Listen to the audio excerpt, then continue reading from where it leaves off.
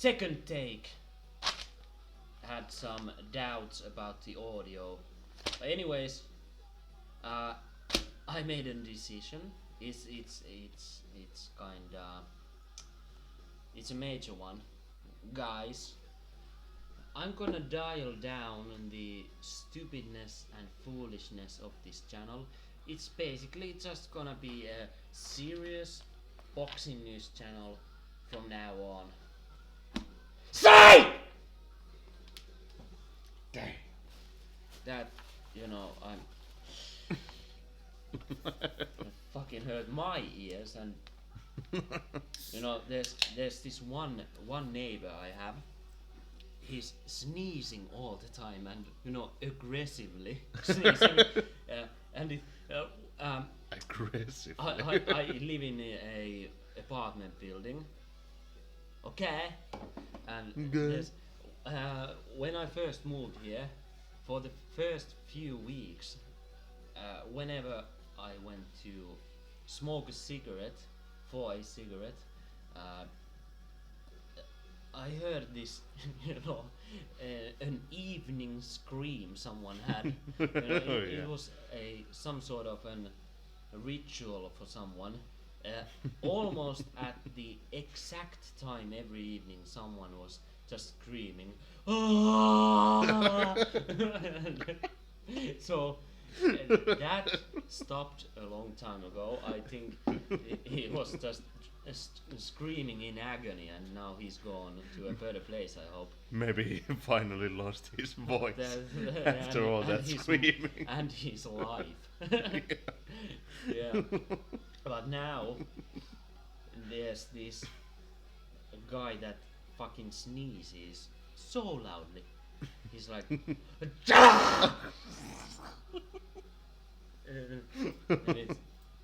yeah, and now I'm the one who's screaming psych from the top of my lungs.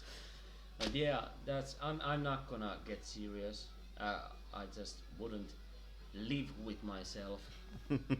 But anyways, yeah, I do have some boxing news. I'm gonna talk about basically the main event of this weekend. Luis King Kong Ortiz, who is 32-2 with 27 knockouts. He's squaring up against Charles Martin, who is 28-2 with 25 knockouts. I'm pretty good with the numbers. I have a good memory when it comes to the records of fighters. I still check them out because I can't be sure for 100% sure. So I didn't remember that Charles Martin has so many knockouts out of his victories, and basically out of 30 fights, 25 he has won by KO. So I didn't remember that. I was shocked. And yeah, basically you guys already know this, most of you, but the two losses that King Kong Ortiz has are to the same guy, Wilder, both by knockout, but Charles Martin has lost to Anthony Joshua. I think it was back in, in 2016. And then he won 2 fights against low-level opposition, and then lost a unanimous decision to Adam Kownacki. I don't know how it's spelled. It's a Polish surname, last name. And now he's on a 3. That's a hard word for me, by the way. 3, cause three. Yeah, it's a hard one. Yeah, he's won 3 fights in a row, including a TKO win over Gerald Washington. And it's kind of, you know the old saying, you can't go by, he beat this guy, so he's gonna beat that guy, because the other guy lost to that guy that the other one beat. So it's in boxing, styles make fights. So it's not written in stone that if boxer A lost to boxer C and boxer B, and when the boxer C beat boxer B, it doesn't mean that the boxer C will beat the boxer A who lost to boxer B. I think that was pretty fucking poorly explained. I don't know who can follow that, but and it's good because I don't know she about this shit. Right, like Roger Mayweather would Yeah. say. If he was So alive, rip. basically, I'm just listening to your rambling. Oh. And that brings me to the point I was going to make. I brought my brother Jesse as my guest. We're just warming up, and I'm doing this for my channel, of course, but it's a good warm up for us because we're doing a longer podcast after this, and I'm gonna put the link down in the bio. Bayou. In the bayou. Yeah. So you can check that out. Bayou in the swamps. Yeah, the Flude Show. We don't actually have any so-called actual content yet. We have a sort of highlight video up. We got hammered. We got wasted. Wasted and wounded. That's a Finnish rock band. Santa Cruz. Santa Cruz. It's not Leo Santa Cruz, the boxer, or the Blaze in the US. I'm rambling again. Pretty close to Santana. Yeah. Let's keep this up, alright. Just making, parallels between words. Yeah. Anyways, what was the podcast? But yeah, the point I was trying to make is that Martin lost to Konaki, but then again, Robert Helenius beat Adam Konaki 2 times in a row, but Robert Helenius lost to Gerald Washington, and Charles Martin beat Gerald Washington. So yeah, but the real boxing fans know this stuff already. But yeah, I watched the weigh-in of Martin versus Ortiz, and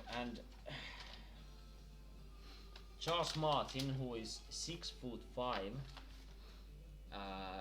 with a 80-inch reach, he weighed in at 246 and 1/4 pounds, and Ortiz, who is 67 years old, not really. I thought so. It's a joke in the boxing community. I'm gonna show you a picture later.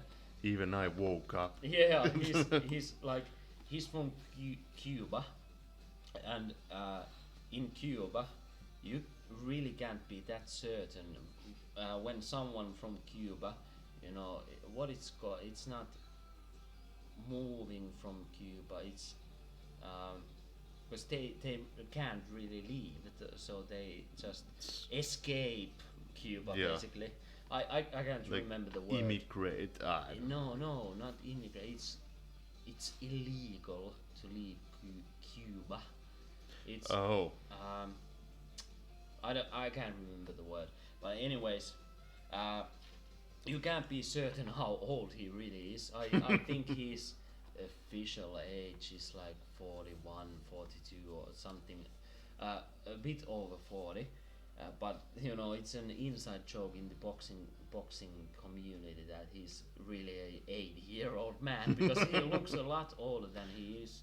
So he's 58, And 67. yeah, he just got younger. Uh, he's 6'4" with a 78-inch reach, and he weighed in at 243 and a half pounds. And so there's not really a big difference in weight, and many often in the heavyweight division that can be the case, that there's a huge difference in weight because there's no limit how much you can weigh, but you have to be over 200 pounds. Uh, But I'm guessing you can't be a sumo wrestler. I guess you can. In the UFC, you have to be under 265 pounds. So there's a ceiling there. But I don't think in boxing because have you ever seen the fat fucking boxer, a knockout king Butterbean? Oh, Butterbean, yeah. I think Eric. He's like a big something. rock. Yeah, he was something like 300 and a half, 350 or to 400 pounds. He Yeah. was a really big dude. Not the tallest one, but anyways. So yeah, the weight difference, it doesn't make a difference. When it comes to the fight and what my prediction is, those are two southpaws, and usually a southpaw is of course used to facing orthodox fighters because southpaws are more rare. So when there's two southpaws, it tends to make the fight more tactical because they're not used to facing another southpaw. So I think the first maybe 2 rounds will be feeling out process and feeling out the other guy and trying to figure out what they're trying to do. And Ortiz is a Cuban technician anyways. So but when a fight breaks down, these are two guys with a high knockout ratios, so I think it's just a matter of time who someone is going to catch the other one sooner or later, and I think it's gonna be pretty early on. I'm predicting a knockout win for Luis Ortiz somewhere between rounds 4 and 6. So because Ortiz, even though he's 72 years old,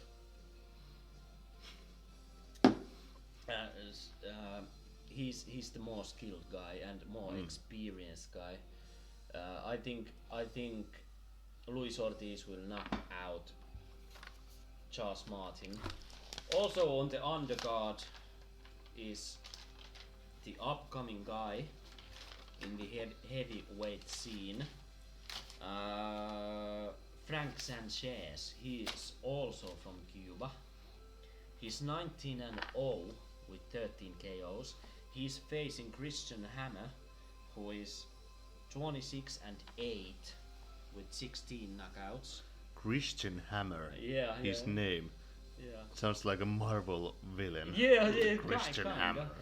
and someone who's, he's pounding religion to you with a hammer. Yeah. Christian You're gonna believe in Jesus. I think he's German, and Christian Hammer is one of these guys that he's a step up for the up and coming guys. He's a kinda a test to see if you can go up against the more skilled guys. So Hammer has those 8 losses. They are against Hugh Fury, Tyson Fury's brother or cousin. I never can remember, which one is a cousin or a brother. Tony Yoka and Luis Ortiz, who is in the main event, Alexander Povetkin and Tyson Fury, someone called Taras Pidenko, Marius Wack, and Robert Gregor on his debut, on Christian Hammer's debut. And I believe it was Robert Gregor's debut too, because hey no, he was 0-1. And Sanchez last time, it wasn't even long ago, it feels like it was just a few weeks ago, but he beat Efe Ajagba. Look at the name. Efe Ajagba. I don't know how it's pronounced. Ajagba. I believe most guys have called him Ajagba. Ajagba. So Sanchez he's good, yeah, but he's one of those, he has that Cuban boxing school background. And by the way, you're gonna learn a lot today.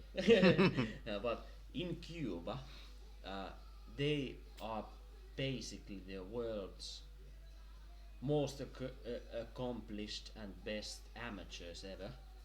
They produce Olympic champions in boxing time and time again, but they aren't allowed to turn pro.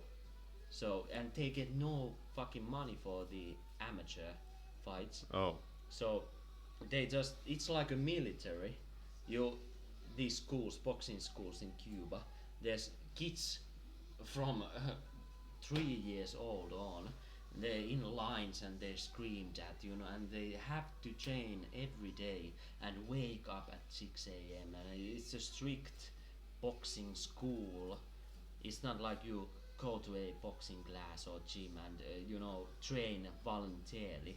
Yeah, train like 3 times a week. And I think it's like your parents put you up for the boxing. I don't. And of course, as in any other country, some guys do voluntarily want to go there, but they are heroes, of course, when they bring home the gold medal or whatever, but they don't get anything of it other than that, being a hero.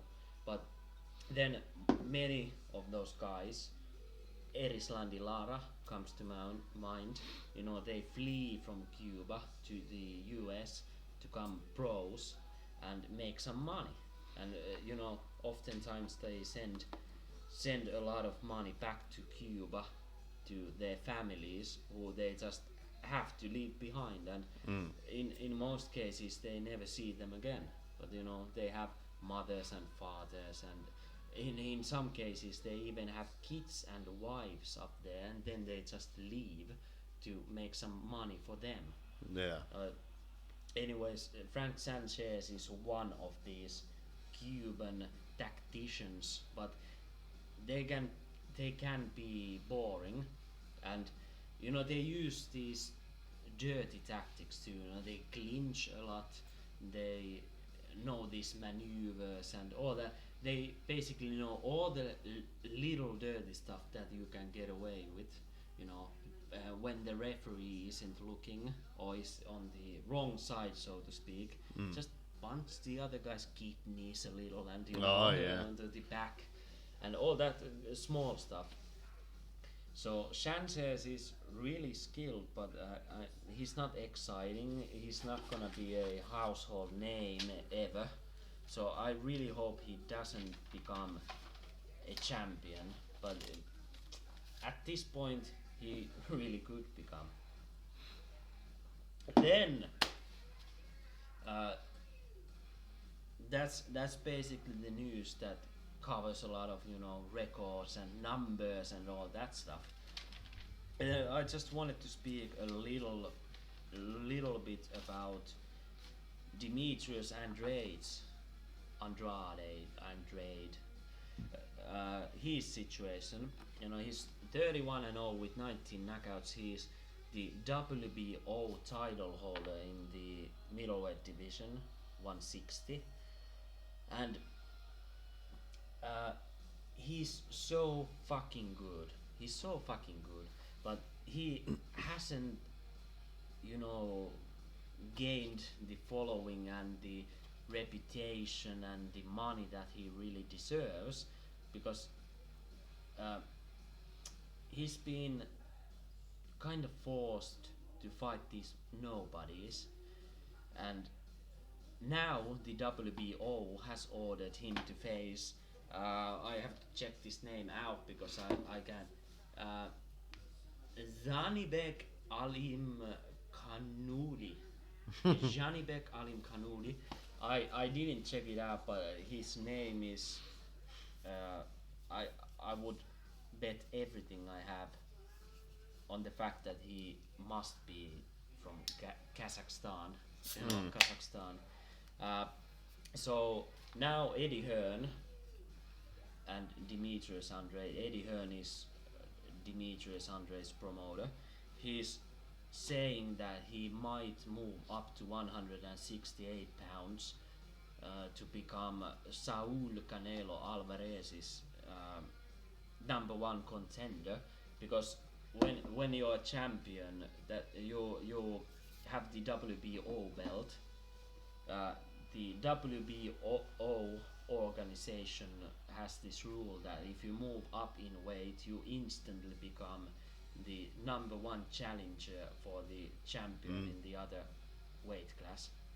So he's thinking about that option because it's a big fight which I think he can win, and that will launch him to the superstardom that he deserves. Basically win or lose, if he puts up a good fight, at least he's in the ring with a already megastar Alvarez, and instead of fighting Janibek Alim Kanouli, who's 11-0 with 7 KOs, and I've never heard of that guy myself, and I've heard about him. Yeah. In Godfather. When they so he's that old. When they go and buy the cannolis. Oh, it's cannoli. Yeah. Cannoli. But yeah. that's the other guy, Canelo. Hey ma, bring the cannolis. Do you know what actually Canelo means? He's a Mexican boxer. His nickname is Canelo. You know what it means? Canelo. Not sure. You can't guess it.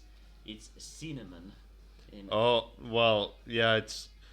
Canelo. I thought about that because in Finnish, cinnamon is kaneli. Hey, of course, yeah. So Canelo. Yeah, I didn't even think about the Finnish word for cinnamon.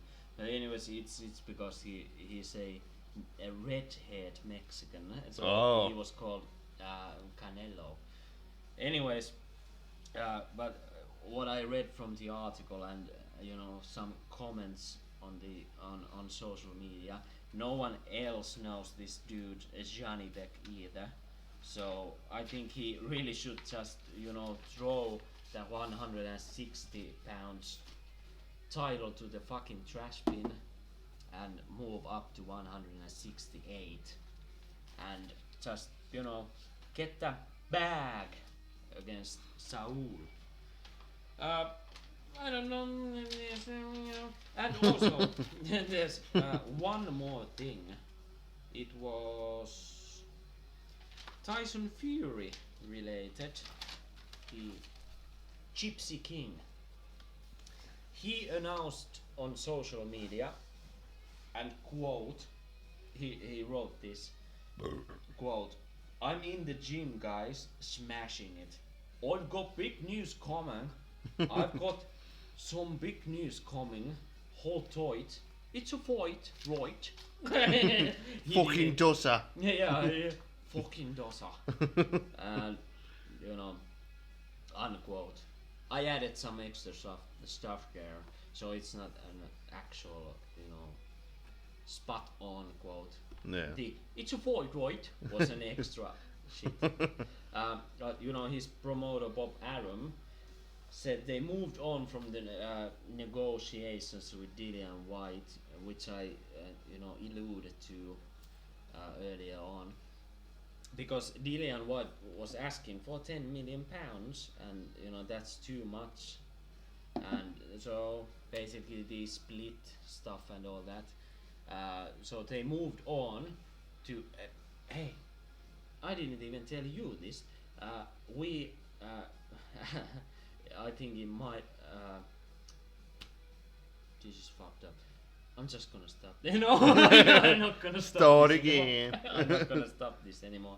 But we are from Finland. If it isn't, if it hasn't, I don't know. If it isn't clear by now. Yeah, that's what I was. Yeah, if it isn't clear by now, we are from Finland, and now Bob Arum said that they are moving on for possible opponents for Tyson Fury, and those two are Andy Ruiz and Robert Helenius. Robbe, as we call him here. And that's, I don't think Robert Helenius, I don't know why I'm pronouncing it in English, because I just say Robert Helenius, as we call him. I don't think he's really deserved the title shot, but it would be historic for Finland's, sporting world, and for us it would be great to see Helenius get his chance for the WBC title. But His big break. Yeah, and he's big money fight, but I don't think Helenius doesn't stand a fucking chance against Tyson Fury, and to be honest, I don't think anyone does. But Robert Helenius is one of the easiest fights for Tyson Fury, in my opinion. But yeah, that's they are looking for Andy Ruiz or Robert Helenius. I think Andy Ruiz deserves it more out of those two, because Andy Ruiz at least has beaten Anthony Joshua once, and then lost the rematch, of course, but he's fought against Anthony Joshua twice, and he's been on the big stage. Helenius beat Adam Kornacki twice in a row, but Kornacki hasn't been in a title fight or anything, so I don't know, mixed feelings. But anyways, and actually I think Andy Ruiz, his style, has a chance of beating Tyson Fury. And I think Andy Ruiz wipes the fucking floor with Robert Helenius. But yeah, that's basically it. Some we covered something. There's not a lot going on. There's some smaller news. Ryan Garcia against Isaac Cruz, but I wasn't really interested in any other topics that I read about. So I'm just gonna, in the future, I'm gonna cover what I'm gonna cover.